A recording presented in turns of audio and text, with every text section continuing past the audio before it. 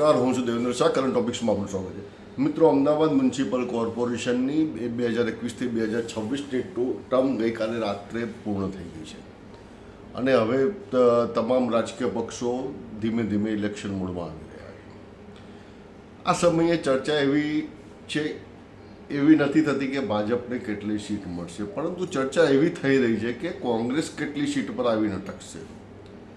ચર્ચા વ્યાજબી પણ છે, કારણ કે જે નિર્ણયો ભૂતકાળમાં લેવાયા છે તે નિર્ણયો હાલ પણ લેવાઈ રહ્યા છે. મતલબ કે 5 વર્ષ પહેલાં જે પરિસ્થિતિ હતી એ જ પરિસ્થિતિ આજે છે. કોંગ્રેસમાં કોઈ ફેરફાર થયો નથી. મિત્રો, થોડા ફ્લેશબેકમાં જઈએ તો 2021માં ચૂંટણી થઈ તે પહેલાં 2015થી 21ની ટર્મ, કારણ કે આમ તો 20માં પૂરી થતી હતી પણ કોરોના કારણે 21 સુધી લંબાઈ. એ ટર્મ દરમિયાન વિરોધ પક્ષના નેતા તરીકે દિનેશ શર્માની નિમણૂક કરવામાં આવી હતી. સામાન્ય રીતે એવું કહેવામાં આવ્યું હતું કે એ વખતે અઢી વર્ષની 2 ટર્મમાં 2 નેતાઓ મૂકવામાં આવશે. પ્રથમ ટર્મમાં દિનેશ શર્મા હતા અને બીજી ટર્મમાં નામ ચાલી રહ્યું હતું શહેજાદ ખાન પઠાણ.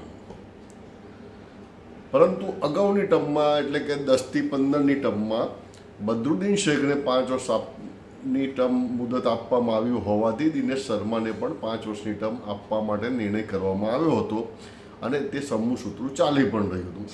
અને ચૂંટણીના લગભગ 3-4 મહિના છેલ્લે બાકી રહેતા તે વખતે પછી તો શહેજાદ ખાન પઠાણે પણ સમજીને એ વખતે પોતાની માંગણી સાઈડમાં મૂકી દીધી હતી, કારણ કે ચૂંટણી નજીક હતી ને એ વખતે નેતા ફેરફાર કરવાથી કોઈ મતલબ જ નહોતો. પરંતુ અહીં દિનેશ શર્મા અને શહેજાદ ખાન પઠાણ કરતાં વધારે રસ તે સમયના તત્કાલીન ધારાસભ્યો લીધો હતો. તે સમયે અમદાવાદમાં કુલ 4 ધારાસભ્યો હતા અને 4 ધારાસભ્યો 2-2ના ગ્રુપમાં વહેંચાઈ ગયા હતા. અને આ ધારાસભ્યોની આંતરિક લડાઈમાં ચૂંટણીના ગણતરીના 3 કે 4 મહિના પહેલાં જ દિનેશ શર્માની પાસેથી નેતાનું પદ લઈ લેવામાં આવ્યું અને તેમના સ્થાને, કારણ કે શહેજાદ ખાન પઠાણે તો 3-4 મહિના માટે બેસવાની ના જ પાડી દીધી, તેમને કોઈ રસ પણ નહોતો. એટલે તેમના સ્થાને કમળાબેન ચાવડાને વિપક્ષનું નેતાપદ સોંપવામાં આવ્યું. જે દિનેશ શર્માએ 4-5 વર્ષ સુધી મહેનત કરી હતી, યુવા પાકને મજબૂત કરી હતી, વિદ્યાર્થી સંગઠનોને મજબૂત કર્યા હતા અને ચૂંટણી માટેની સંપૂર્ણ સ્ટ્રેટેજી બનાવી હતી, તે દિનેશ શર્માને 4 મહિના અગાઉ જ તેમની પાસેથી નેતાપદ લઈ લેવામાં આવ્યું, જેના પરિણામ ચૂંટણીમાં સંપૂર્ણપણે દેખાય અને કોંગ્રેસ માત્ર 24-25 સીટમાં સમેટાઈ ગઈ. જે 2015માં મળેલી 48 સીટ કરતાં અડધીથી એટલે લગભગ 50% બેઠકોમાં સમેટાઈ ગઈ. આ મામલો અહીંથી ન અટકતા વાત એટલે સુધી થઈ ગઈ કે 2021માં જ્યારે કોંગ્રેસ પાસે જે 24-25 કોર્પોરેટર રહ્યા હતા ત્યારે પણ નેતાની પસંદગીમાં બે ભાગ પડી ગયા હતા. એકમાં 10 ને એકમાં 9 ને. એ મામલો લગભગ લગભગ 8-10 મહિના કે 12 મહિના જેટલો લાંબો ચાલ્યો હતો. અને ત્યારબાદ શહેજાદ ખાન પઠાણની નિમણૂક થયા બાદ પણ 9 કે 10 કોર્પોરેટરો વારંવાર તેમનો વિરોધ કરતા હતા અને છેક દિલ્હી સુધી તેમના જે રાજકીય ગોડફાધર કહેવાય તેમના વિરોધ માટે જઈ આવ્યા હતા. અને મ્યુનિસિપલ બોર્ડમાંથી પણ ચાલુ સભાએ તેમણે વિરોધ નોંધાવીને મ્યુનિસિપલ બોર્ડમાંથી પણ ઊભા થઈ ગયા હતા. મતલબ કે કોંગ્રેસના કોર્પોરેટરો જે ડિસિપ્લિન વિના, કોઈપણ પ્રકારના શિસ્ત વિનાનો વર્તન કરી રહ્યા હતા. જે ભારતીય જનતા પાર્ટીમાં ચાલે છે કે એક વખત ઉપરથી જે હુકમ આવ્યો તેને મને કે કમને સ્વીકારી લેવાનો અને પછી જે આદેશ થાય તે મુજબ જ કામ કરવાનું હતું. પણ અહીં કોંગ્રેસના કોર્પોરેટરો પોતાની મનમાની કરી રહ્યા હતા અને જેનું મુખ્ય કારણ એ હતું કે જે લગ્નના ઘોડા, જે રાહુલ ગાંધીની ભાષામાં, કોંગ્રેસની ભાષામાં કહીએ તો એવા જે કોરાણે બેઠેલા છે, જે લોકો 2-4 ચૂંટણી હારી ચૂકેલા છે કે હરાઈ ચૂકેલા છે, તેવા લોકોનું તેમને પીઠબળ હતું.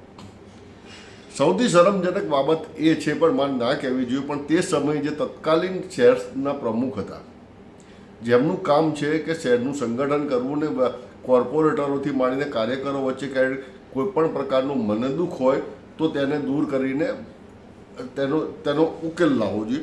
પરંતુ આ શહેર પ્રમુખ શ્રી પણ કોર્પોરેટર હતા અને તેઓ પણ શહેજાદ ખાન પઠાણના વિરોધમાંથી ત્યાં સૌથી અગ્રેસર હતા અને મ્યુનિસિપલ બોર્ડની સામાન્ય સભામાંથી પણ નીકળી જતા હતા. આ જ પરિસ્થિતિ છેક હમણાં સુધી રહી અને ફરી પાછી નવી ચૂંટણી આવીને ઊભી રહી છે, પરંતુ હજી કોંગ્રેસની કોઈ દિશા નક્કી થતી નથી. અને વાત જો અત્યારના વર્તારા મુજબ જોઈએ તો પૂર્વના એક સિનિયર કાઉન્સિલર કે મધ્ય ઝોનના એકાદ બે કાઉન્સિલરો ગમે ત્યારે ગમે તે તરફ જઈ શકે છે, તેમાં કોઈ મિનમેક નથી. આ થઈ 2021ની વાત, 2015ની વાત. હવે કોંગ્રેસે ચૂંટણી માટે અલગ અલગ કમિટીનું ગઠન કર્યું છે. ગઠનમાં ફરીથી એ જ જૂના ચહેરા જે વર્ષોથી હારે છે ને હરાવે છે વાળા એ જ ચહેરાઓ ફરીથી નિમણૂક કરવામાં આવી. ભરતસિંહ સોલંકી, શક્તિસિંહ ગોહિલ, સિદ્ધાર્થભાઈ પટેલ, ગ્યાસુદ્દીન શેખ તો હજી સુધી ધારાસભ્ય હતા, એટલે જૂના ના કહેવાય. ચેતન રાવલ કે જે કોંગ્રેસમાંથી વંડી ઠેકીને આપમાં ગયા હતા, આપમાંથી પાછા વંડી ઠેકીને કોંગ્રેસમાં જે તે આ બધાને સ્થાન આપવામાં આવ્યું છે. હવે આ લોકો ચૂંટણી માટેની સ્ટ્રેટેજી તૈયાર કરશે, આ લોકો ચૂંટણી માટેનો પ્રચાર તૈયાર કરશે, આ બધું પબ્લિસિટી વિભાગ તૈયાર કરશે. આ લોકોના હાથમાં બધો કારભાર સોંપી દેવામાં આવે છે અને જેના પરિણામ શું આવશે તે નિશ્ચિત છે, તે સમજી શકાય તેમને. કારણ કે આ લોકોએ છેલ્લા 15 વર્ષથી અમદાવાદ મ્યુનિસિપલ કોર્પોરેશનમાં કે રાજ્યની કોઈ પણ મહાનગરપાલિકામાં કોંગ્રેસને જીતાડી શક્યા નથી. જ્યારે વિધાનસભામાં પણ એક ટેમ્પો ટ્રાવેલર ભરાય તેટલા ધારાસભ્યો રહી ગયા હોય તો અમદાવાદ સહિતની મહાનગરપાલિકાઓમાં તેઓ કયા રિઝલ્ટ લઈને આવશે તે સમજી શકાય તેમ છે. કોંગ્રેસની સૌથી મોટું દુઃખ કે હારના કારણ જો ગણો તો એક આ જ છે કે જ્યારે નાનો કાર્યકર સતત 5 વર્ષ સુધી ફિલ્ડમાં રહીને કામ કરતો રહે છે, નાનો કાર્યકર સતત સામે વિરોધ પક્ષના અન્ય પક્ષના કાર્યકરો સાથે લડતો રહે છે અને જ્યારે ચૂંટણી આવે છે ત્યારે કાર્યકરોની લાઈનમાં સૌથી આગલી હરોળમાં જે આવા નેતાઓ જે 5 વર્ષ સુધી અંતર ધ્યાન રહ્યા હતા તે લોકો ફરીથી આવીને ગોઠવાઈ જાય છે અને પછી શરૂ થાય છે ટિકિટની વહેંચણીની એક જાતની ઓક્શન. આ ઓક્શન પક્ષને પણ ભારે પડ્યું છે. મારા 4 ને મારા 3, મારા 10 રહેશે, મારા 15 રહેશે, પછી મારા 15માં હું કેવા મૂકીશ એ મારી પસંદગી રહેશે. એણે કોંગ્રેસ પક્ષ માટે શું કરવું જોઈએ કે પોતાના વોર્ડ માટે શું કરવું જોઈએ, વોર્ડના કાર્યકરો કે વોર્ડની પ્રજા માટે શું કરવું જોઈએ તે જોવામાં આવતું નથી. જ્યાં એક તરફ યુવા પાંખ કોંગ્રેસની મજબૂત થઈ રહી છે, વિદ્યાર્થી સંગઠન મજબૂત થઈ રહ્યા છે, ત્યારે તેને કોરાણે મૂકવામાં આવે છે. એક જમાનો એવો પણ હતો સાહેબ કે કોંગ્રેસનું સાથે ઇન્ટુકનું મજબૂત ગઠબંધન હતું અને તે સમયે ઇન્ટુકને 8 થી 10, 15 સીટો ફાળવવામાં આવતી હતી અને તેના સહકારથી કોંગ્રેસ જીતતું હતું. ઇન્ટુકને પણ છેલ્લા 1.5-2 દાયકાથી કોરાણે મૂકવામાં આવી છે અને અમદાવાદમાં તો હવે ઇન્ટુકનું કોઈ શું અસ્તિત્વ છે તે જ મોટો સવાલ છે. પરંતુ જ્યારે યુવા પાક તૈયાર થઈ છે, જ્યારે તમે દરેક વોર્ડ માટે યુવાઓની ચૂંટણી કરાવો છો, યુવા પ્રમુખ માટે ચૂંટણી કરાવી રહ્યા છો, યુવાઓને તૈયાર કરી રહ્યા છો, તો પછી તેમની કામગીરી શું અને તેમને ફાયદો શું? યુવાઓના હાથમાં કમાન સોંપવામાં કોને તકલીફ છે તે એક પ્રશ્ન છે. જેને કોઈ જ જાણકારી નથી તેવા લોકો બેઠા બેઠા પ્રેસ નોટો કર્યા કરતા હોય. કોંગ્રેસમાં સૌથી મોટો તકલીફ તો એક જ છે કે એક વોર્ડમાં 4 કોર્પોરેટર હોય તો બીજા 15 બીજા કાર્યકરો કોર્પોરેટર કરતાં પહેલાં પ્રેસ નોટ કરતા હોય છે, વિરોધની પ્રેસ નોટ, અને એક નાનો કાર્યકર નરેન્દ્ર મોદી વિરુદ્ધ, વડાપ્રધાન શ્રી વિરુદ્ધ પણ પ્રેસ નોટ કરી દે. કોઈનો કોઈ પ્રતિબંધ જ નથી. ક્યાં કોને શું બોલવું એ જ નક્કી નથી ને ક્યારે બોલી શકાય ને ક્યારે ના બોલી શકાય એ પણ નક્કી નથી. તેનું ઉદાહરણ હમણાં જોવા મળ્યું કે અમદાવાદ મ્યુનિસિપલ કમિશનરે 2026-27નું ડ્રાફ્ટ બજેટ રજૂ કર્યું જે કોર્પોરેશનમાંથી સામાન્ય રીતે કમિશનરના ડ્રાફ્ટ બજેટની વિરુદ્ધમાં કોઈ પણ પ્રેસ નોટ થતી નથી અને ના પણ થાય કારણ કે એ ઓપોઝિશનની કમિશનર એક તટસ્થ વ્યક્તિ છે. પરંતુ કોંગ્રેસ જીપીસીસીના કાર્યાલય પર બેઠા બેઠા ત્યાંના કરતા હારતા મનીષભાઈ દોશીએ કમિશનરના ડ્રાફ્ટ બજેટ વિરુદ્ધ પણ પ્રેસ નોટ કરી દીધી. જ્યારે અહીંયા વિરોધ પક્ષના નેતા બેઠા હતા શાંતિથી, કારણ કે સામાન્ય નિયમ મુજબ, સામાન્ય રીતે, નિયમ તો એવું કોઈ હતો નથી, પણ સામાન્ય રીતે આવી પ્રેસ નોટ કમિશનરના બજેટ વિરુદ્ધની પ્રેસ નોટ નથી થતી, પરંતુ અહીંયા થઈ ગઈ.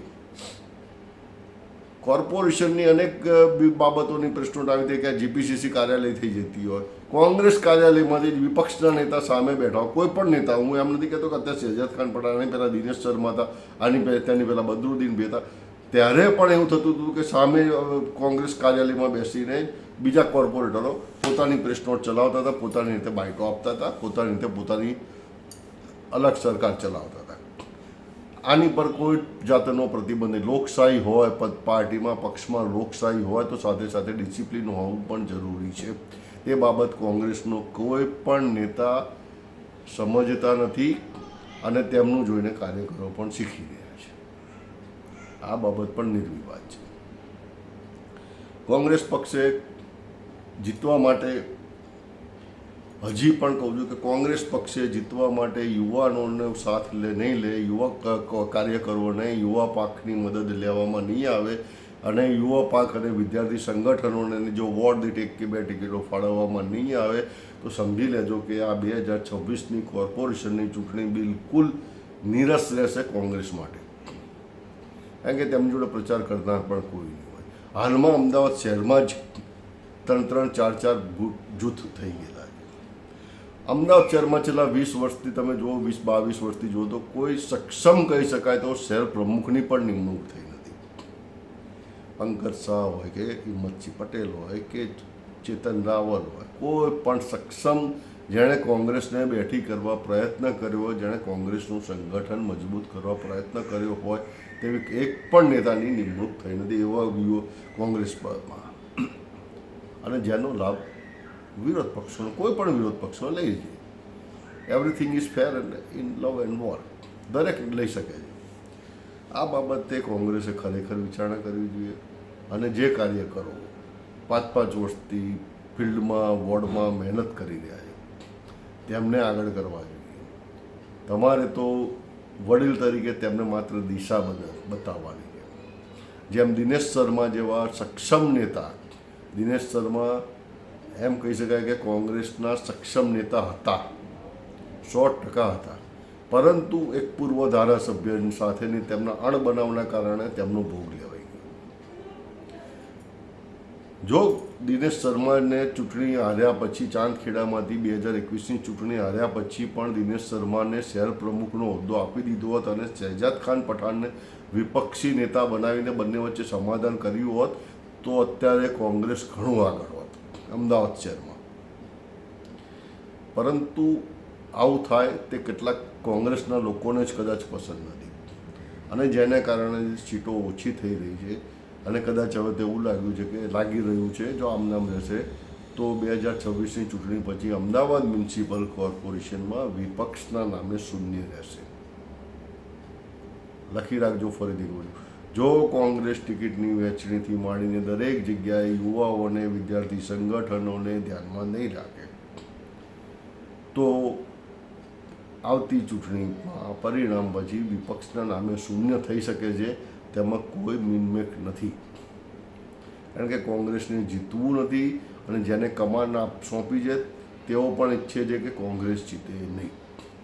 જો તેઓ ઈચ્છતા હોત કે કોંગ્રેસ જીતે તો મારાના તારાના ભાગ ના પડતા હોત.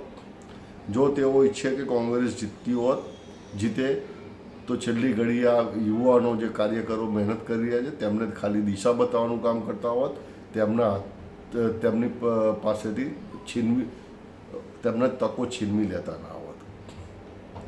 દરેક પોતપોતાની વ્યવસ્થામાં મશગુલ રહે છે, કાર્યકર ત્યાંનો ત્યાં જ રહે છે, છેક સુધી લડે છે. ચૂંટણીનો દિવસ આવે છે ને ત્યારે કોંગ્રેસના કાર્યકરોને, બૂથ પર બેઠેલા કોંગ્રેસનો કાર્યકર ભોજન માટે પણ ભાજપ પર નિર્ભર રહે છે. આવા અનેક કિસ્સા અખબારોમાં છપાઈ ચૂક્યા છે. બૂથ પર બેઠેલા કાર્યકરને સમયસર ભોજન આપવાની તસ્દી પણ કોંગ્રેસના વડીલો કહેવાય તેવા નેતાઓ તરફથી લેવામાં આવતી નથી. આવા અનેક કિસ્સા છપાઈ ચૂક્યા છે અખબારોમાં, પરંતુ કોઈ સુધારો આવતો નથી.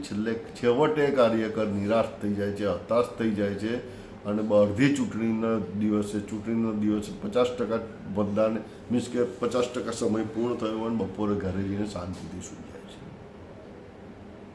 કારણ કે તેને સાંભળનારું કોઈ નથી, તેની તકેદારી રાખનારું કોઈ નથી. આ બાબત ખરેખર સમજવા જેવી છે. કોંગ્રેસે જે તમે 150 વર્ષનો વારસો કરી રહ્યા છો તો વારસો આ રીતે નથી જળવાતો.